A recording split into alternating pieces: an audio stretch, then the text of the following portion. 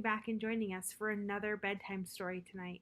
If you remember, last night we read the first part of the adventures of Frog and Toad, where Toad made a list of the things he wanted to do that day. Today, we're going to read the next adventure, which is called The Garden. So let's see what they're up to today. Frog was in his garden. Toad came walking by. "What a fine garden you have, Frog," he said. "Yes, I know," said Frog. "It is very nice, but it was hard work." "I wish I had a garden," said Toad.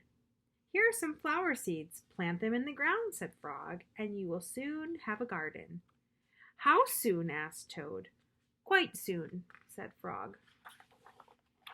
Toad ran home. He planted the flower seeds. "Now, seeds," said Toad, "start growing." Toad walked up and down a few times. The seeds did not start to grow. Toad put his head close to the ground and said loudly, "Now, seeds, start growing." Toad looked at the ground again. The seeds did not grow. Look at him yelling. Isn't that silly? Toad put his head very close to the ground and shouted, "Now, seeds, start growing." Frog came running up the path. "What is all the noise?" he asked. "My seeds will not grow," said Toad. "You're shouting too much," said Frog. "These poor seeds are afraid to grow." "My seeds are afraid to grow?" asked Toad. "Of course," said Frog. "Leave them alone for a few days. Let the sun shine on them. Let the rain fall on them. Soon your seeds will start to grow." That night, Toad looked out of his window. "Drat," said Toad, "my seeds have not started to grow. They must be afraid of the dark." Toad went out to his garden with some candles. "I will read the seeds a story," said Toad. "Then they will not be afraid." Toad read a long story to his seeds. And the next day, Toad sang songs to his seeds. And the next day, Toad read poems to his seeds. And the next day, Toad played music for his seeds. Toad looked at the ground. The seeds still did not start to grow. "What shall I do?" cried Toad.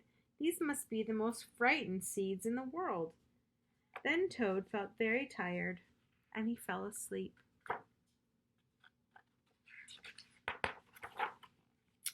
"Toad, Toad, wake up," said Frog. "Look at your garden." Toad looked at his garden. Little green plants were coming up out of the ground.